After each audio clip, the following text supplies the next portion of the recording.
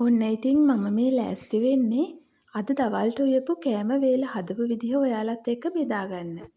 ඉතින් කොහොමද ඔයාලා හැමෝම සතුටින් සැපෙන් ඉන්නවත් කියලා මම විශ්වාස කරනවා. ඉතින් මම ඉස්සෙල්ලාම කරේ මේ කෑම ටික හදාගන්න අවශ්‍ය දේවල් ටික සූදානම් කරගත්ත එක. මුලින්ම ලුණු ගෙඩි ටිකක් අරගෙන ඒ ටික හොඳට සුද්ධ කරලා ඊට පස්සේ චූටි කෑලි වලට කපා ගත්තා. මං අද හදන්න ලෑස්ති වෙන්නේ පරිප්පු හදලා කංකෝන් මැල්ලුමක් හදලා බිත්තර. ඉතින් ඔයාලත් ඔන්න බලාගෙන ඉන්නකෝ කොහොමද හදන්න කියලා. මේ හදන විදිහ ගොඩාක් තියෙනවා. ඔයාලා පරිප්පු හදන විදිහ දන්නවනේ. ඒත් මේ හදන්නේ මම හදන විදිහට.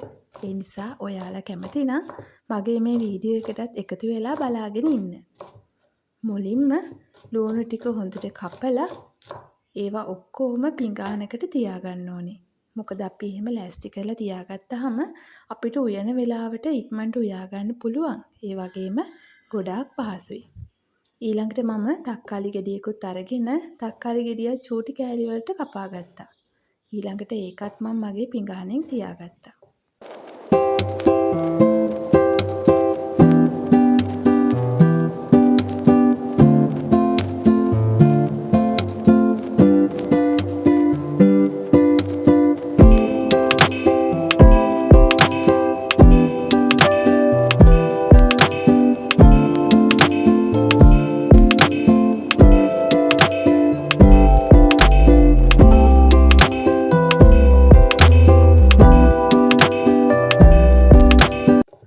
ඊළඟට පරිප්පු එකට දාන්න සුදු ලුණු බික් 2-3කුත් කපා ගත්තා. පරිප්පු එකට විතරක් නිසා ගොඩක් සුදු ලුණු කැපුවේ නැහැ.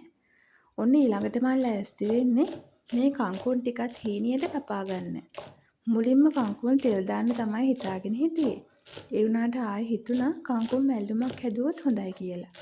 ඒ නිසා කංකුන් ටිකත් හීනියට කපාගෙන ඒකත් භාජනයකට වෙනම දාගත්තා.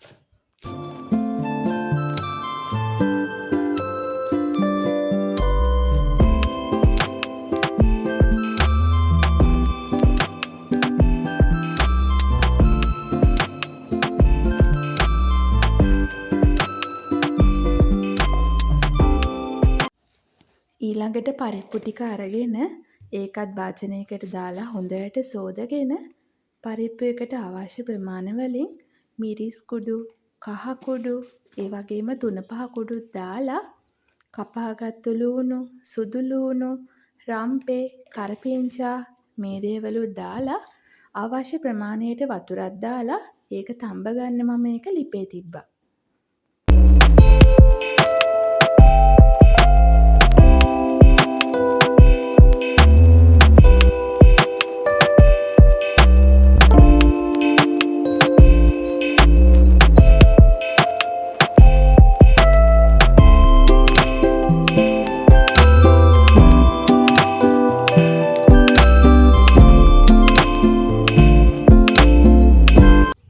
ඔන්න දැන් මම මේ ලෑස්ති වෙන්නේ කංකුන් මැල්ලුම හදාගන්න.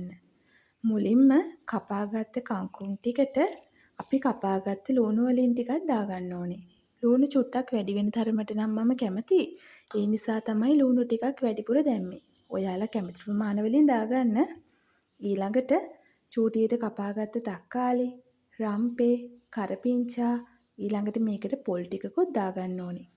පොලුත් දාලා කහ කුඩු ටිකකුත් දාලා ලුණු කුඩු ටිකකුත් දාලා අතින් හොඳට කලවම් කරගන්න ඕනේ.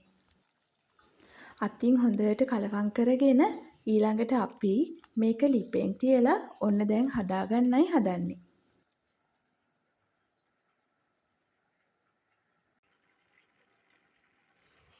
ඇතලියක් ලිපේ තියලා ඒකට පොල් තෙල් මේස හැන්දක වගේ ප්‍රමාණයක් දාන්න.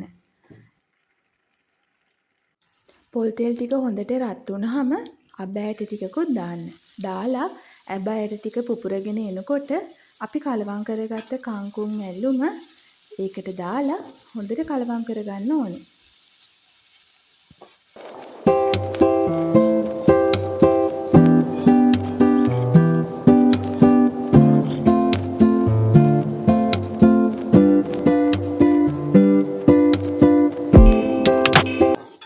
දැන් අපේ කංකුම් මැල්ලුම මේ වෙලාවේ හොඳට මැලවිලා තියෙනවා. දැන් කංකුම් මැල්ලුම හදාගෙන ඉවරයි. ඊළඟට ලිපේ තිබ්බ පරිප්පු එක වතුර ටික හිඳීගෙන එනකොට ඒකට ලුණු කුඩු ටිකක් දාලා මිටි කිරි ටිකකුත් දාලා මෙන්න මේ ප්‍රමාණයට නටනකම් රත් කරගන්න ඕනේ. ඔන්න එහෙනම් දැන් අපි එකතු වෙලා හදපු කෑම එක කන්නයි ලෑස්ති වෙන්නේ. සුදු කැකුළු බත් වලට හදාගත්ත කංකුම් මැල්ලුම්, ඊළඟට පරිප්පු, ඊළඟට මං හදාගත්ත බිත්තරෙත් එක්ක දැන් මේ කන්නයි හදන්නේ. එහෙනම් ඉතින් ඔයාලත් මාත් එක්ක එකතු වෙන්න. ආයුබෝවන්. ගිහින් එන්නම්.